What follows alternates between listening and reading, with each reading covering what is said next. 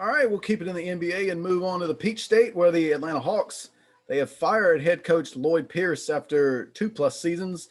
Hawks just won 49 games in his first 2 seasons on the job, although many thought a playoff berth might be in order for this season. The Hawks had some good moments, but they haven't been able to string consecutive wins together in over a month. Drink, this caught me a little by surprise. What about you? Yeah, it did, man. But listen, in today's NBA, what can you what can you do for me now? Hey, this ain't layaway. You got to pay now. So it's unfortunate. I mean, what? Okay, I understand he got fired in, let's say, 2 seasons and a half. Um, and yeah, would it be quick? Yeah, but I mean, what leg do he got to stand on? When you look at his first year, he went 29-53. His second year, he went 20-47, and then this year he started off 14-20. What leg? I mean, what do you say? Like, I'm improving. We're going the right direction. Are we? Like, it's hard to sit here and fight for the position that Lord Pierce supposed to be the head coach of this team when it's like you got to give us something to work with, man. Like you, and I just honestly, I just feel like for the position that he was in, for what the Atlanta Hawks seemed to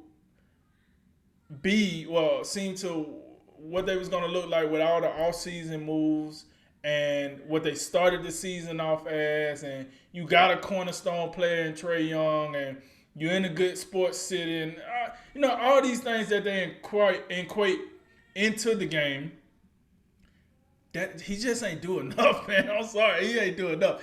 And being in the position that I am, what I would love for him to still be the head coach, probably yeah, but you can't say he better than Nate McMillan. I mean, and before I move on, I had to say this: for these teams that do what Atlanta do, this is why when you're a young coach and the team say, "Hey, we're putting so and so as your first assistant," you better be on your stuff. You better be on your stuff because that guy that's in first assistant most likely gonna take your job if you ain't up to par, and he probably gonna take your job pretty fast. Listen, it's not a coincidence, right? It's just not a coincidence that when dudes get fired, the next person that take over is that first assistant. And it's also not a coincidence that that first assistant is usually a guy that has some type of resume or some type of pedigree. Because it makes it easier for the team when you're not doing your job. And sorry, Lord, but it seems like you wasn't doing your job. As I look at these stats, as I look at this season, as I look at the forward progression or the forward trajectory of the Atlanta Hawks, I'm not sure if you was doing your job, buddy. I mean, granted, listen, Trey Young, All-Star, you know what I'm saying? He been doing his thing. John Collins been doing his thing. You just got too much talent on this team, man. Right now, I think the reason he got fired is because a lot of people probably looked at the Hawks this year, I mean, minus the injuries, as somewhat like the Boston Celtics. You know what I'm saying? Young guys that you should be able to build around. You got an all-star already. John Collins looked like he was about to get into the all-star mix. DeAndre Hunter looked like he was about to get into the defensive player mix, most improved player mix, whatever, one of those mixes. You know what I mean? And so you look like you had all this going on, but then when we look at the record, dang, this is the same Hawks team. All right, never mind. Carry on. So that's kind of how it is. You get that young pink slip, and unfortunately, you had Nate McMillan as your first assistant. The man got a resume. I'm sorry. Listen, if the Clippers can fire Doc Rivers and hire Ty Lue, what you thought they was gonna do to you, Lord? What you thought this was gonna do? Like, you knew what time it was. You know what I'm saying? You're not the Washington Wizards head coach where you can go around here, flan around, lose all the games, and Bradley Beal over here looking like he's on an episode of Survivor just trying to keep his candle lit or whatever, the little torch lit or something. Because my man's just on the island by himself over there. I'm sorry, I know Russell Westbrook over there, but but let me get back on topic. When I think about that, though, the one thing I want to say is this, and this makes me appreciate Frank Vogel. Why? Because Frank Vogel, is no way you can convince me that he wasn't put in the same situation as Doc Rivers or Lloyd Pierce or Ryan Saunders Jr. or any of those guys. When you have a guy with a pedigree like Jason Kidd sitting as your number one assistant, you were supposed to get fired at some point. You were supposed to be you were supposed to do enough to ask yourself, and we could bring in Jason Kidd and nobody would fault the organization for it. But you did your job. So they couldn't do nothing. Like, what you gonna do? You gonna fire NBA champion coach right now? No, they can't. So I feel like Frank Vogel is like the blueprint if you want to keep your job when you know you got a guy that's coming in hot right behind you. And I say all that to say this. Unfortunately, it won't be. Unfortunately, he lost his job. I think he did lose his job to a better coach. I'm sorry. I think Nate McMillan is a better coach.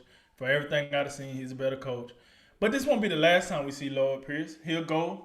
He might be a number one assistant on somebody's team next year, or he'll go be an assistant, learn what he did wrong. We'll probably see him be a head coach again. I mean, he's a young guy. He don't seem like he was like an idiot or nothing. He wasn't good enough. Learning experience. We'll see in the future.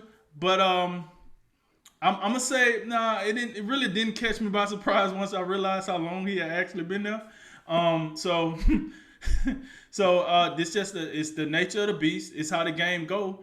And what's really gonna suck if Nate McMillan does get more out of his team, then it's gonna be even worse. Cause then I'm like, we should have fired you even earlier, did like so. It sucks, but it's the name of the game. It's what you sign up to do when you become an NBA head coach. So it's a learning experience. But we'll see Lloyd Pierce again. He'll be on his feet again. It is with deep regret. I have no shame in telling the audiences with absolute deep regret that this news was the first time that I'd heard the name Lloyd Pierce. Seen the man's face, seen his face many a time. I know what the face is. The coach of the Atlanta Hawks. I've seen him up and down the sideline. Relatively calm guy, doesn't say a whole lot, pretty composed. I thought it was a little quick.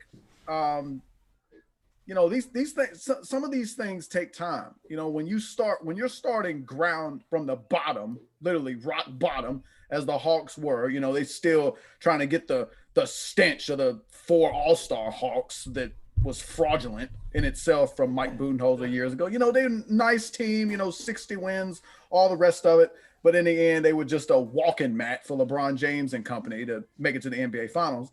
They're trying to get all that there. So they starting from the bottom. They get Trae Young. They get John Collins, DeAndre Hunter, a lot of nice pieces. You sign Bogdanovic. You get a little veteran presence in Rajon Rondo. All these different things happening. I felt like he needed more time. And I felt like early on in this season, they had some real good moments. They started off 4-1. Things looked pretty good. And just as time went on, DeAndre Hunter, he's been out for a month. Bogdanovic has been out. No, there hasn't been a Chris Dunn sighting. Rondo's been out. So a lot of guys out, which, and then you're relying on your two young guns, Trae Young and John Collins.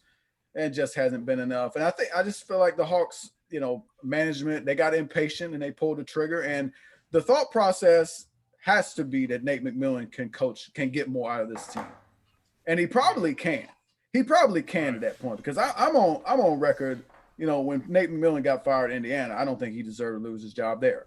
As well as I do, Nate McMillan had incredibly bad luck between Victor Oladipo, Sabonis would get hurt at ill-timed, T.J. Warren, the list goes on and on.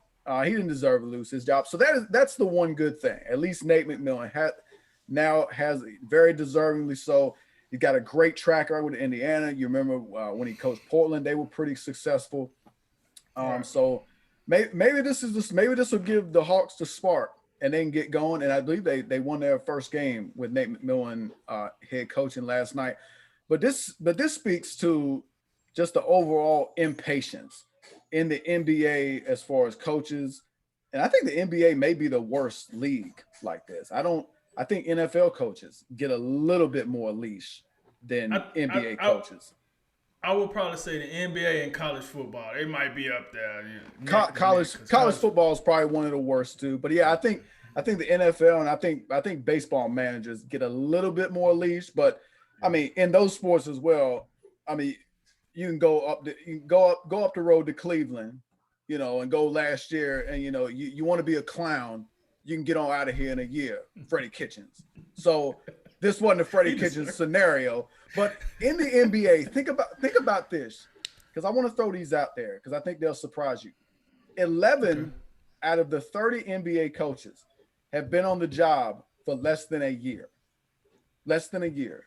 That's staggering. Yeah, and you can take it a step further. 21 of the 30 NBA coaches have been on the job for less than 3 years. What does that mean? You don't get much time, NBA coaches. There's somebody's always ready. So to your point, because you're absolutely correct. We thought Frank Vogel was going to be one of them.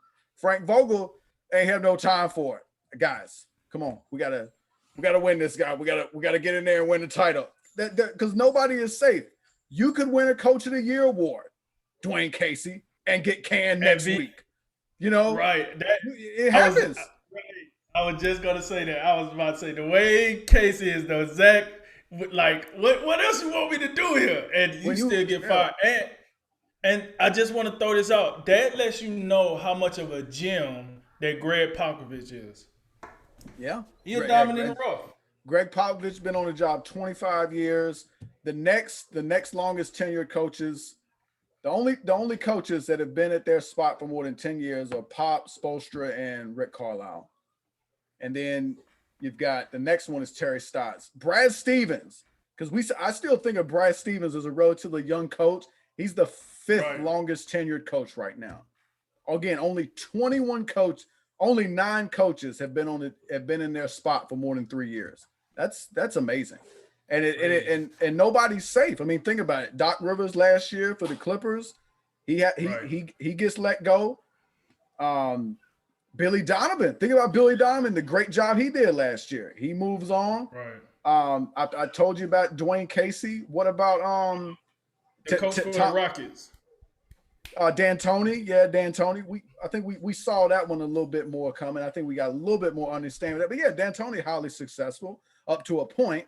Tom Thibodeau, he's a guy that's got a bad rap in recent years, and even Mike Budenholzer last year. Mike Budenholzer, they 60 wins and everything, and on track, back-to-back number 1 seeds, and you lost in the Eastern Conference Finals.